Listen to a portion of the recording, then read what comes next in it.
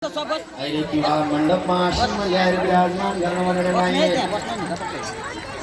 अनि त्यहाँ उपरान्त अहिले रुक्मिणीको विवाहको लागि शिशुपालसँग बिहा गरिदिने भनेर सारा सम्पूर्ण तयारी गर्न भनेर लाग्यो भीष्म र रुक्मिणीले अनि त्यहाँदेखि उपरान्त अहिले रुक्मिणी मन छैन शिशुपालसँग विवाह गर्न तर अब जानै पर्ने प्रसन्न जानुपर्छ भने गुरु गरिदिन्छु भनेर मनमा अठोट लिएर बस्नुभएको थियो। यतापट्टिबाट अहिले सारा सम्पूर्ण जन्तीहरू आउन भनेर लागे खुसी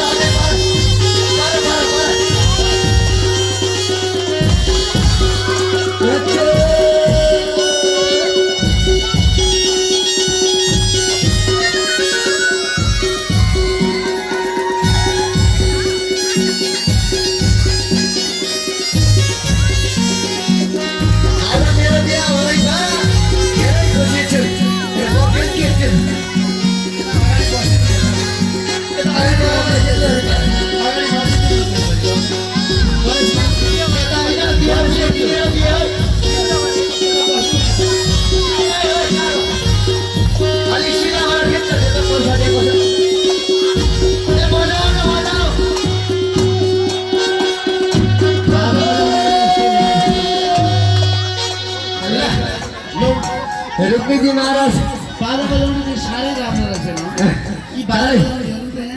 हो चिटिक्कै परेका छ नि। हेर कठैबारी लैले अब यिनीहरूले भगाए तिर्खाए खाना पाउँदैन भनेर बिहातिर अलिअलि भत्ता नि पाउने दक्षिणा नि पाउने झ्याम्टा साम्टा टाम्को साम्को पनि बजाउन लगाएर छ ल अब बाजा बजाउने चाहिँ साह्रै राम्रो जोडी लिएर आएको छ राम्रो ल्याएको छ बाजा बजाउने बाजा नाच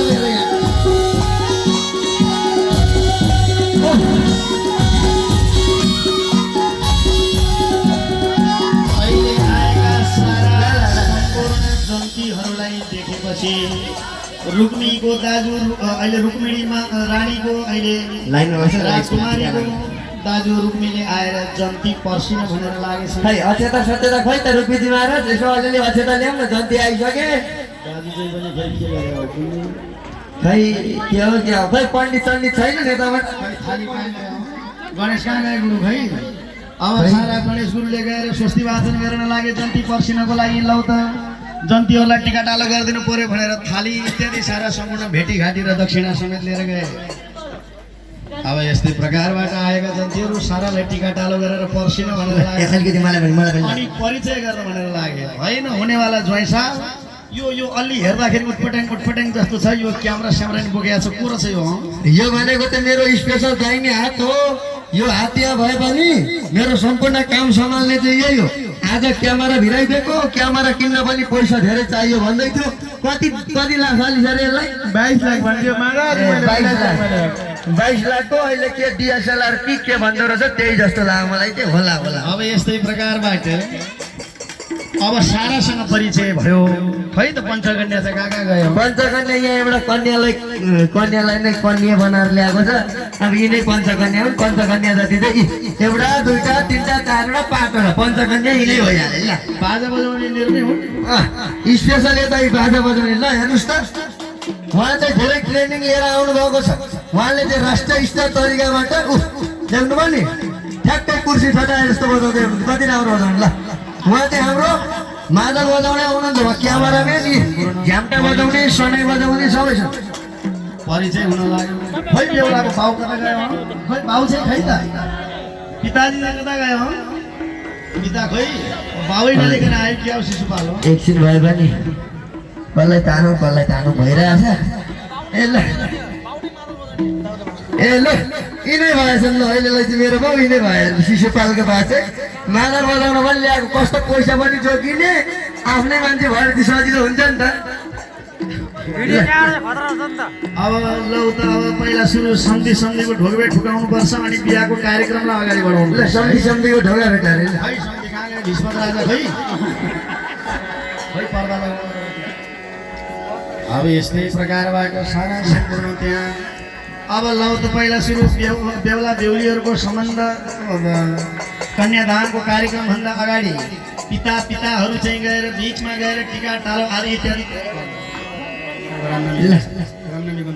यता एउटा छेक्ने खै त छेक्ने ढोका भेट टिका गराउने भनेको। अब यस्तै प्रकारबाट अहिले सारा सम्पूर्ण त्यहाँ गएर गुरु पण्डितले अहिले मन्त्र पढ्न भनेर लाग्नुभयो। सन्धिको बिचमा गएर टिका टालोमा ढोकभेट हुन भनेर लाग्यो। पहिला सुरुमा त्यहाँ कन्यादान हुनुभन्दा अगाडि टिका टालो ढोकभेट आदि इत्यादि सामानहरू आदान प्रदान सन्धिको बिचमा अहिले गएर ढोकभेट हुनु भनेर लागेछन्। ल सामान आदान प्रदान रहेछ। यता 10 रुपियाँ दिनु ल। यतातिर नि गोजीमा नहाल्नु। अब यस्तै प्रकारबाट टिका टालो आदि इत्यादि सारा सम्पूर्ण हुन भनेर लाग्यो। बाउचाहिँहरूको ढोकभेट ठुकाउन भनेर लागे। सारा सम्पूर्ण गएर अहिले चाहिँ बिहाको तयारी हुन भनेर लाग्यो। लौ त भनेर आजबाट अब हामी सन्धि हुने भयौँ। अब भोलिबाट हाम्रो सम्बन्ध सन्धिको हजुर। अब हजुरको छोरी मेरो छोरो बिहा गर्ने। अब आजबाट हामी सन्धि हुने भनेर बडो आनन्दको साथमा टिका टालो आदि इत्यादि पर्दाबाट अहिले छेकेर ढोकभेट फुकाउन भनेर लागेछन्। ल रुकुजीमा र जन्तीहरूलाई भोक लागे जस्तो त यसो फलफुल पनि अलिअलि अब आएका जन्तीहरू भोकाएका भनेर बन्दोबस्त र व्यवस्था गर्न लागे। यतापट्टि अब भीष्मकले चाहिँ के भने महाराज तपाईँ नबस्ने महाराज म त आज बिहे हुने खुसियालीमा एउटा कुरो छ फेरि। हजुर एउटा काम बाँकी छ है भन्नु।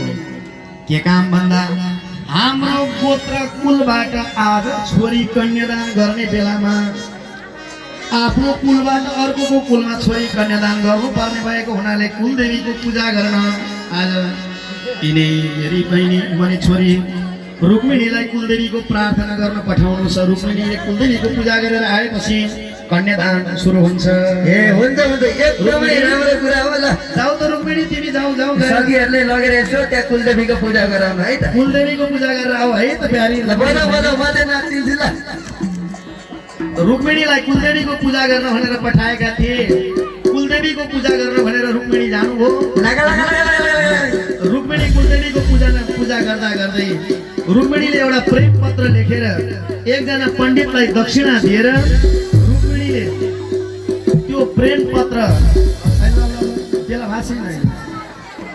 पछाडिबाट पछाडि बस्नु है हेर्दै गर यहाँनिर मेरो बिहे भाग्न कोही आउँछ जस्तो लाग्दैछ आज मेरो हेर्दैछु महाराज ल हेर्दै गर अब यस्तै प्रकारबाट अहिले रुक्मिणी चाहिँ बिहाको लागि कुलदेवीको प्रार्थना गर्दै हुनुहुन्थ्यो एउटा चिठी लेख्नु भएछ प्रेम पत्र लेख्नु भएछ कृष्ण भगवानको लागि र अनि ब्राह्मणलाई दक्षिणा दिएर फकाई फुलाई अहिले ब्राह्मणलाई चिठी दिन भनेर लाग्नुभयो ए ब्राह्मणजी यो चिठी लगेर दिनुस् त यो चिठी लगेर द्वारिकामा मेरो कृष्णलाई लगेर दिनुस् भन्नुभएछ ब्राह्मण दौडिँदै गएर द्वारिकामा दक्षिणा पाएको ब्राह्मण खुसी भएर अहिले द्वारिकामा गएर भगवानको चिठी दिएर आएछन् भगवान कृष्णले चिठी हेर्नुभयो के छ श्रीवे त्यहाँको यस्तै चिठी हेर्दाखेरि चिठीमा के देख्नुभयो त भन्दा भगवानले प्यारो मोहन कृष्ण मलाई लिन आउने भए आओ होइन भने शिशुपालसँग मैले यदि बिहा गरेर जानुपर्छ भने म मर्दिन्छु बरु भनेर रुक्मिणीले चिठी लेख्नु भएछ अनि त्यहाँ उपरान्त भगवानले विचार गर्नुभयो मेरी प्यारी रुक्मिणीलाई अब मैले रक्षा गर्नु छ भनेर परमात्माले विचार गरिबक्स्यो रुक्मिणी यतापट्टि कुलदेवीको पूजा गरेर कुलदेवीको प्रार्थना गर्नुहुन्छ हे माता हे पार्वती हे गौरी हे कुलदेवी मलाई मेरो कृष्णको सानिध्य प्राप्त होस् मलाई मेरो कृष्ण प्राप्ति होस् मैले त्यो शिशुपालसँग बिहा गरेर जान नपरोस् मैले भगवान कृष्णलाई प्राप्त गर्न पाऊँ भनेर अहिले रुक्मिणीले कात्यायनी देवीको पूजा गरेकी थिइन् कात्यायनी देवीले पनि यो प्रार्थनालाई स्वीकार गर्नुभयो अनि पूजा सकिएपछि सखीले लिएर जानुभयो रुक्मिणीलाई फेरि बिहा मण्डपमा लिएर भएको लिएर जाने है अब यस्तै प्रकारबाट अब सारा बिहाको तयारी हुँदै थियो सबैजना भोज खान भनेर लागेका थिए अब कन्यादानको लागि शिशुपाललाई र रुक्मिणीलाई राख्न भनेर लागेका थिए आसनमा ल त ज्वाइँ साहब बस्नुहोस् अब तपाईँको बिहाको कार्यक्रम हुन लाग्यो पण्डित कता गए खै ल त पण्डित गुरुजी बीचको बाटो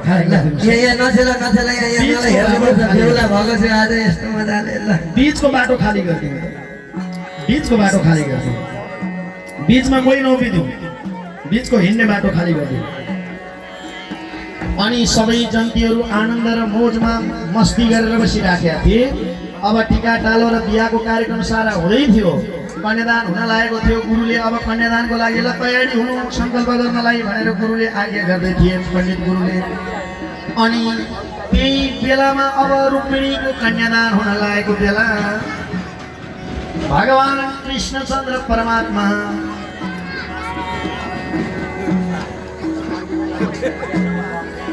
मेरो यहाँबाट एयरफोन पऱ्यो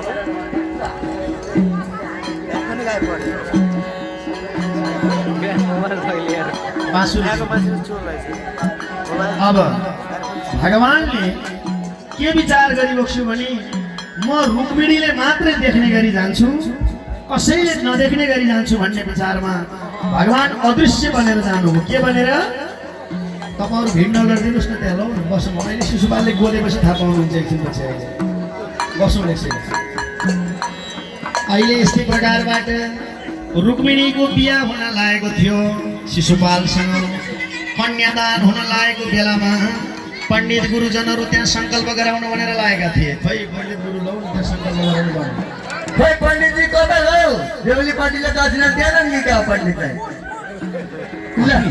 अनि त्यहाँ उपरान्त अब बिहाको कन्यादानको तयारी हुन भनेर के लागेको थियो भगवान कृष्ण कसैले नदेखिने गरी केवल रुक्मिणीले मात्रै देख्ने गरी भगवान बिस्तारै बाँसुरी बजाउँदै बजाउँदै बजाउँदै अहिले गोपिनीको पासमा आउन भने रुक्मिणीको पासमा आउन भनेर लाग्नुभयो बिस्तारै बिस्तारै भगवान बाँसुरी बजाउँदै बजाउँदै बजाउँदै आउनुभयो यतैबाट बाँसुरी बजाउँदै बजाउँदै बजाउँदै भगवान जानुभयो यसो हेर्नुभयो परमात्माले कृष्णले यसो हेर्नुभयो हेर्दाखेरि रुक्मिणी बडो चिन्ता लिएर बसिरहेकी देखेर कन्यादान हुने बेलामा कसैले नदेख्ने गरी भगवान आउनु भएर बिहा हुन लागेको मण्डपबाट च्याप रुक्मिणीको हातमा समातेर भगवानले त्यहाँबाट लिएर भाग्नु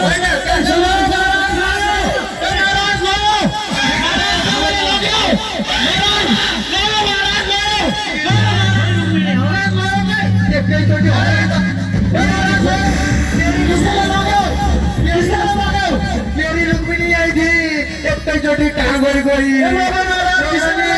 कुर्सी मुनि बसी कि क्या छैन यता भन्ने ओइ तैँले कहाँ भगाइस छोरी हो किसले गर्यो मलाई कन्यादान दिन्छु भनेर वचन गरेर आज आफ्नी छोरी भगाउने किन भगाएको कहाँ भगाइस तैँले अहिले गएर भीष्मकलाई गएर चुट्न पिट्न दण्ड गर्न र त्यहाँ लडाइँ झगडा गर्न भनेर लागेको छु हलाउने पाउन कहाँ गयो त्यसलाई समातेर पण्डितलाई समापन त्यसैले हो भराएको चिठीले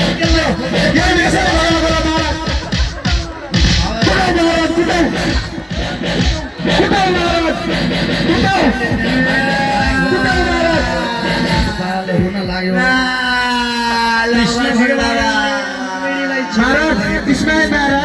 शिशुपाल अहिले रुन भनेर लाग्यो मेरी स्याउ जस्तो गाला लाग्यो अब काम छैन के गरेर यहाँ किन बसेका यहाँ भया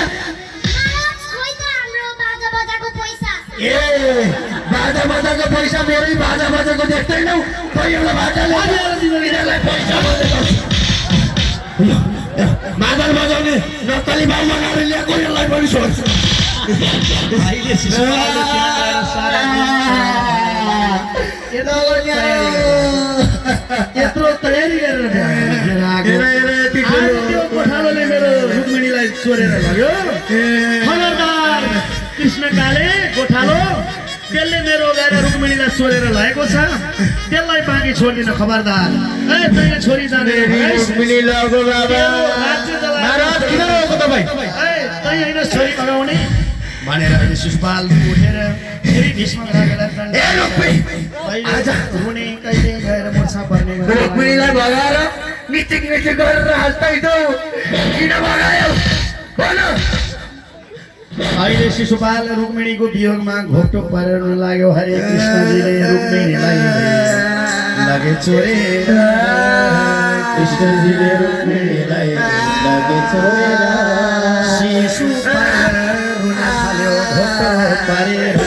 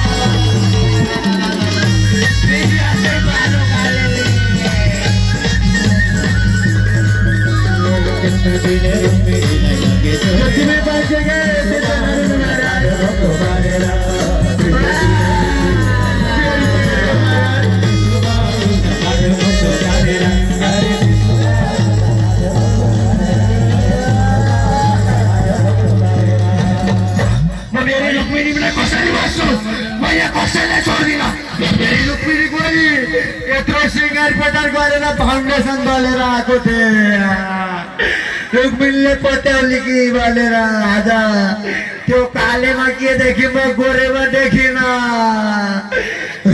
महाराज त्यस्ता जति पनि पाइन्छ क्या महाराज रुक्मिणी जस्तै देखा मलाई देखा बटेश्वर हेर्नु रुक्मिणी चाहियो नि देखा रुक्मिणी देखा महाराज महाराज रुक्मिणी जस्तो जति पनि पाइन्छ नि हेर्नु महाराज इनबाट दुईटा दाँतै छैन महाराज जति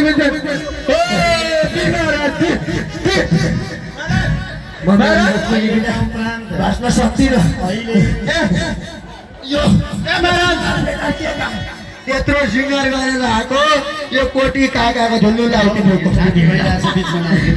आज बेहुलो मै भन्ने अहिले शिशुपाल रुन कराउन भनेर लाग्यो सारा सम्पूर्ण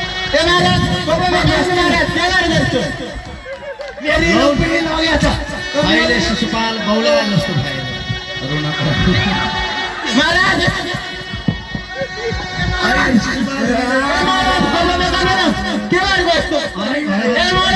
परमात्माले चाहिँ अहिले रुक्मिणीलाई ए महाराज अगर महाराज को कपड़ा लाए मैं देवलो बने आके केस ले रहे हैं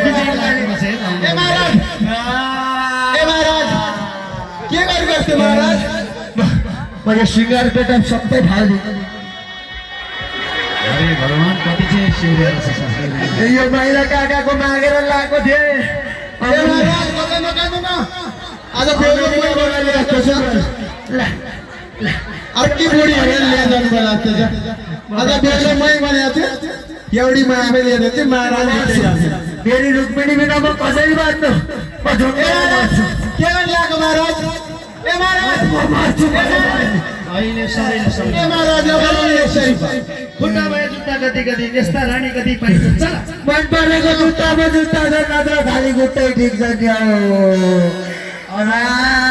त्यो काले कृष्णले रुक्मिणीलाई त्यो काले कृष्णलाई अब बाँकी छोड्दिन भनेर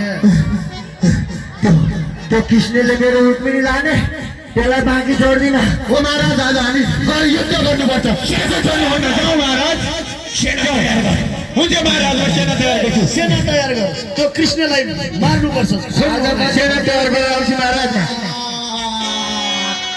मेरो लगन बच्चा काले मोराले आज नयाँ भन्छ बुढी हरि मुरारी हे नाथ नारायण वासुदेव